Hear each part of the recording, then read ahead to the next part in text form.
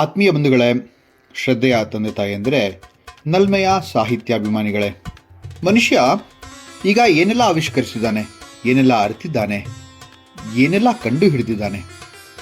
ಹಕ್ಕಿಯಂತೆ ಹಾರ್ತಾನೆ, ಮೀನಿನಂತೆ ಈಜ್ತಾನೆ, ಭೂಗರ್ಭವನ್ನೇ ಅಳೆದಿದ್ದಾನೆ, ಸಾಗರದ ಮಟ್ಟವನ್ನು ಮೆಟ್ಟಿ ನಿಂತಿದ್ದಾನೆ. ಇಷ್ಟೆಲ್ಲ ಕಂಡುಹಿಡಿದ ಮೇಲೆ ಇನ್ನೇನಾದರೂ ಇದೆಯಾ ಕಂಡುಹಿಡಿಯೋದಕ್ಕೆ ಅಂತ ಅಂದರೆ, ಅದಕ್ಕೆ ಉತ್ತರ ಮನುಷ್ಯ ಇಷ್ಟೆಲ್ಲ ಮಾಡಿದ ಮೇಲೂ ಕೂಡ ಅವನು ಈ ಅಗಾಧ ಸೃಷ್ಟಿಯನ್ನು ಅರಿತಿರೋದು ಬರೀ ಕೇವಲ 5%, ಅಂದರೆ 5% ಮಾತ್ರ. ಅಮಿತವಾದ ಈ ಜಗತ್ತನ್ನು ಮಿತ ಬುದ್ಧಿ ಉಳ್ಳಂತಹ ನಾವುಗಳು ಅರಿಯಲು ಹೇಗೆ ಸಾಧ್ಯ ಹೇಳಿ ನೋಡೋಣ. ಏನೋ ಒಂದಿಷ್ಟು ಲೆಕ್ಕಾಚಾರ ಹಾಕಿ ಅದು ಹಾಗೆ ಇದು ಹೀಗೆ ಅಂತ ಊಹೆ ಮಾಡಿ ಸೃಷ್ಟಿಯನ್ನು ಅರಿತಿದ್ದೇವೆ ಎಂದು ಹೇಳ್ಕೊಳ್ಬಹುದೇನೋ. ಆದರೆ ಒಂದು ಸತ್ಯ, ಈ ಕಡೆಯಿಂದ ಮನುಷ್ಯ ಒಂದೊಂದೇ ಅರಿತುಕೊಳ್ತಾ ಬಂದರೆ ಆ ಕಡೆಯಿಂದ ಸೃಷ್ಟಿ ನಿಧಾನವಾಗಿ ಬದಲಾಗ್ತಾ ಹೋಗುತ್ತೆ. ಇಷ್ಟೆಲ್ಲ ಊಹಾಪೋಹಗಳ ನಡುವೆ ನಮ್ಮಲ್ಲಿ ಕಾಡುವಂತಹ ಪ್ರಶ್ನೆ ಅದೇನಪ್ಪ ಅಂತಂದರೆ, ಆ ಅಪರಿಮಿತ ಸೃಷ್ಟಿ ಅಂದರೆ ಏನು? ಆ ಪ್ರಶ್ನೆಗೆ ಒಂದು ಮಾರ್ಮಿಕವಾಗಿ ಉತ್ತರವನ್ನು ಕೊಡ್ತಾರೆ ಇಲ್ಲಿ ಡಿ ವಿಜಿಯವರು. ಈ 62ನೇ ಕಗ್ಗ ಹೀಗಿದೆ: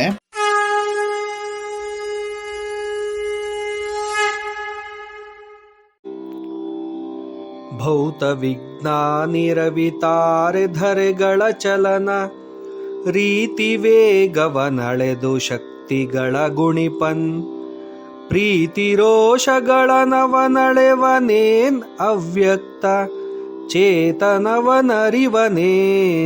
ಮಂಕುತಿಮ್ಮ ಮಂಕುತಿಮ್ಮ.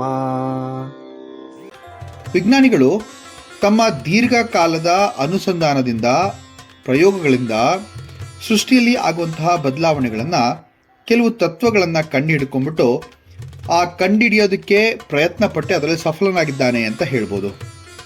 ಭೌತಶಾಸ್ತ್ರಜ್ಞರು ಅಥವಾ ಕಾಸ್ಮಾಲಜಿಸ್ಟ್ ಅಂತೀವಲ್ಲ ಅಂಥವರು ಸೂರ್ಯ, ಚಂದ್ರ, ಭೂಮಿಯ ಚಲನವಲನಗಳನ್ನು, ಅದರ ರೀತಿಗಳನ್ನು, ಅದರ ವೇಗವನ್ನು, ಅದರ ಶಕ್ತಿಗಳನ್ನು ಗುಣಿಸಿ, ಅಂದರೆ ಲೆಕ್ಕಾಚಾರ ಹಾಕಿ, ಆ ಲೆಕ್ಕಾಚಾರದಲ್ಲಿ ತಕ್ಕ ಮಟ್ಟಿಗೆ ಅವನು ಸಫಲನಾಗಿದ್ದಾನೆ ಅಂತಂದರೆ ಅದರಲ್ಲಿ ಸಂಶಯವೇನಿಲ್ಲ. ಆದರೆ ಆತ ಮನುಷ್ಯನ ಸಂಬಂಧದಲ್ಲಿ ಇರ್ತಕ್ಕಂತಹ ಪ್ರೀತಿ, ವಾತ್ಸಲ್ಯ, ದ್ವೇಷ, ರೋಷ ಅದನ್ನೆಲ್ಲ ತಿಳಿಯಲು ಸಾಧ್ಯ ಆಗಿದೆಯಾ ಅವನಿಗೆ?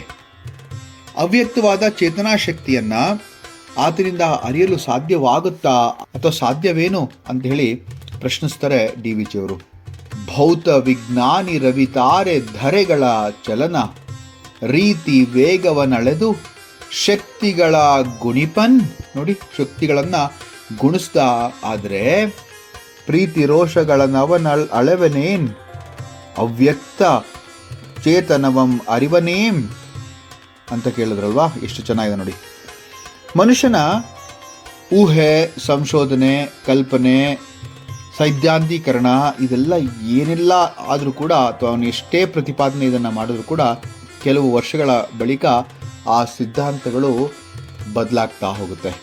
ಅದು ಸತ್ಯಕ್ಕೆ ದೂರವಾಗ್ತಾ ಇರುತ್ತೆ. ಅದನ್ನು ಇನ್ನೂ ಕೆಲವರು ಮತ್ತೆ ದೃಢೀಕರಿಸ್ತಾರೆ. ಈ ರೀತಿಯಾಗಿ ಮನುಷ್ಯನಿಂದ ಗುಣೀಕರಿಸಿದ, ಲೆಕ್ಕಾಚಾರಗೊಳಿಸಿದ ಪ್ರಕ್ರಿಯೆಯಿಂದ ಈ ಸೃಷ್ಟಿಯನ್ನು ಅರಿಯಲು ಸಾಧ್ಯವಿಲ್ಲ ಅಂತ ಇದ್ದಾರೆ ಡಿ ವಿ ಜಿಯವರು.